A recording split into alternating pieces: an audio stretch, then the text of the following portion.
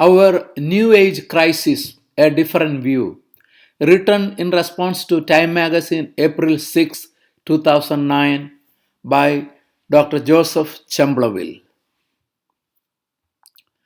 For the past few decades, our society acted and achieved like somebody with bipolar disease. We have been irrational, impulsive, and with a lack of insight.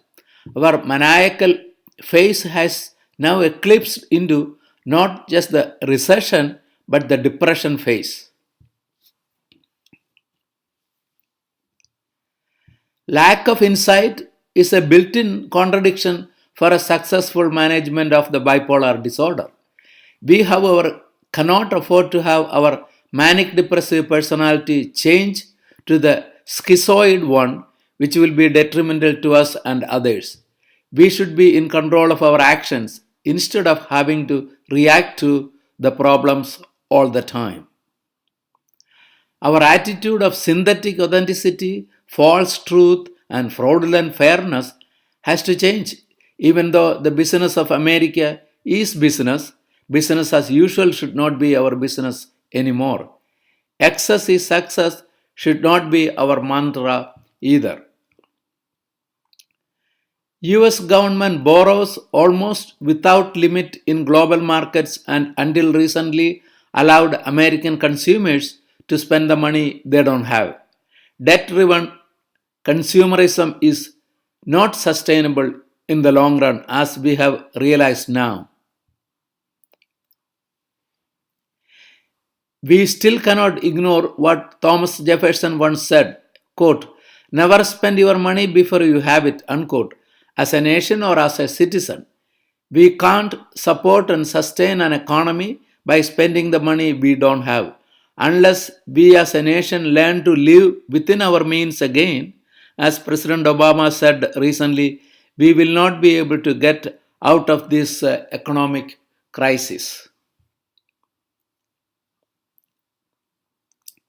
Capitalism is not just to preserve, promote, and profit from for those who run it at any cost. Free market economy should not be based on, quote, gimmicks and gaming, unquote, to gain profit by greed. Capitalism is not a failure, but we witness the failure of its execution by people who are selfish and greedy and lacking morals and ethics. We should not be forced into a situation in the future where we have to throw the baby out with the bathwater. Free market forces should not be allowed to run wild and reckless in capitalism to safeguard the society at large, not just for the benefit of individuals and corporations, as they can't exist in a vacuum. Capitalism cannot survive at the expense of the society, and society cannot progress without capitalism, as we have seen in the decline of Soviet Union and the rise of China.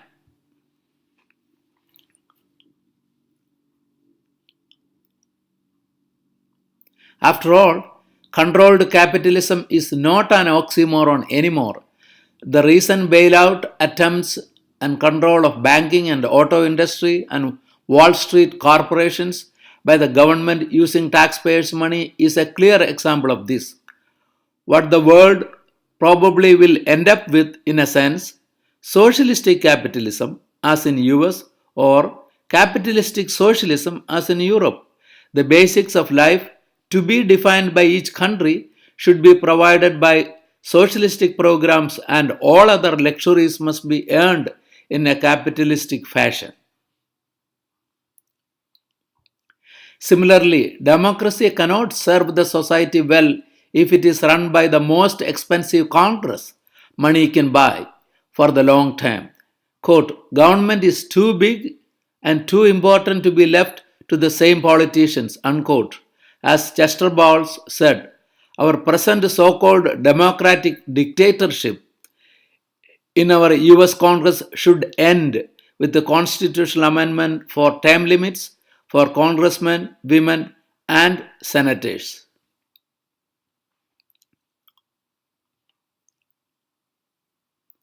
Remember what George Bernard Shaw once said, quote, all professions are conspiracies against the laity, unquote.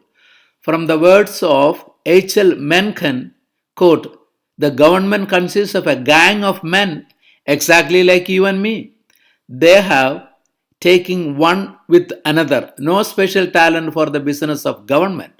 They have only a talent for getting and holding office, unquote.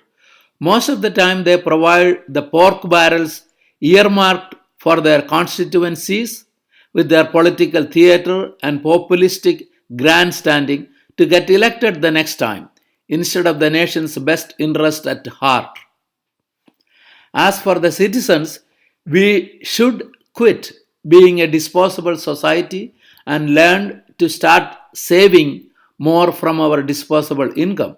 Our constitution only guarantees life, liberty, and the pursuit of happiness, not the possession of perverse pleasure we try to buy with our borrowed money. No person or society can succeed by outsourcing their obligations or responsibilities. There is an obvious disconnect now between the analog life of man and the digital age that we live in. And we need to accept the limitations of our ability to sync our analog mind and intelligence with our digital age. We have made tremendous progress so fast and achieved so much in technology and manufacturing in the 20th century that we have now almost become victims of our own success. We really have to watch out to avoid a backlash from changing the world. From a larger perspective, are we more efficient and productive with our multitasking in our pursuit of happiness? We are overstressed and overextended, leading to the sacrifice of our quality of life.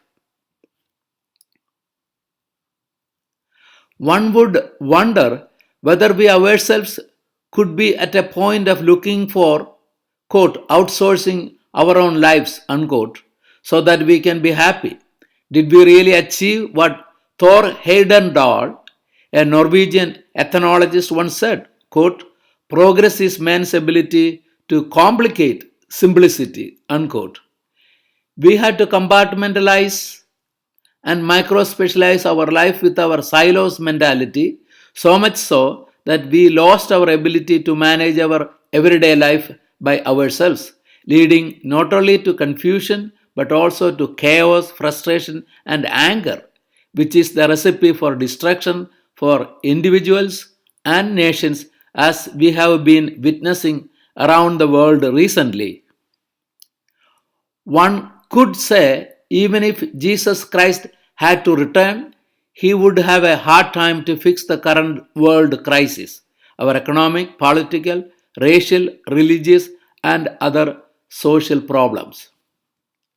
It might be that the inequities that exist in the present world will be minimized to make the living standards of the developing countries to be upgraded and of the developed nations be downgraded, reducing the present gap across the board for all in the 21st century.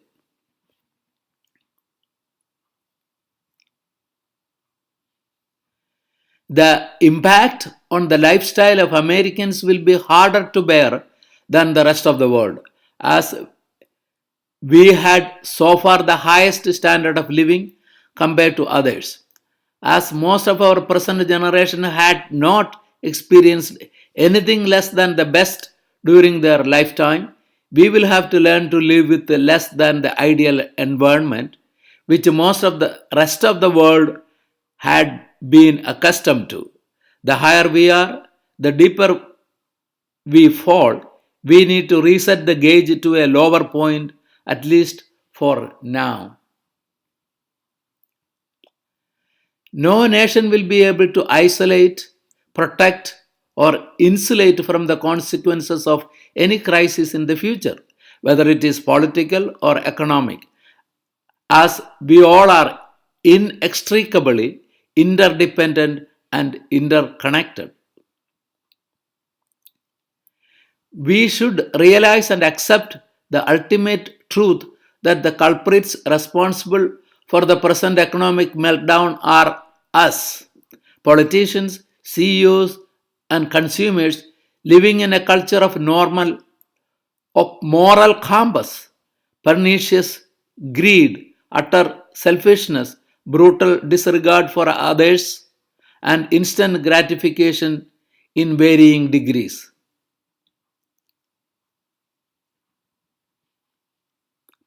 And for the rest of the nations, they blindly followed US, being the superpower in economy and politics, without using their own common sense.